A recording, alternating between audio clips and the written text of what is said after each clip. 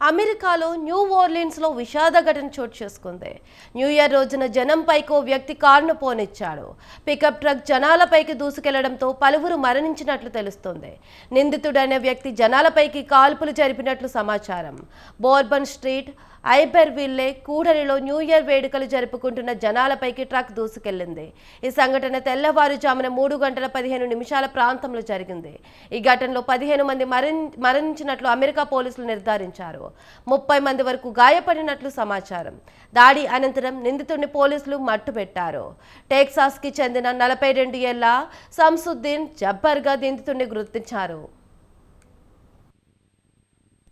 Families of those who were killed, to all those who were injured, to all the people of New Orleans who are grieving today, I want you to know I grieve with you. Our nation grieves with you. We're going to stand with you.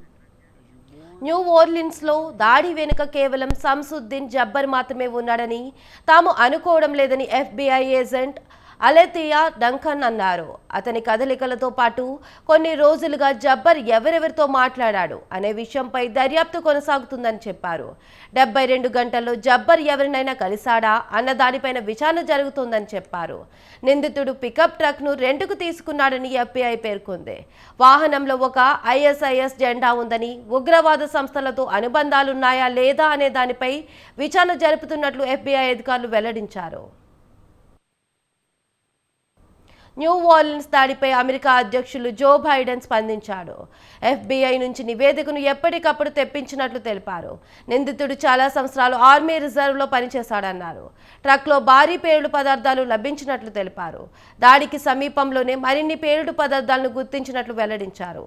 FBI దర్యాప్తు వేగవంతం చేస్తుందని Joe Biden చెప్పారు.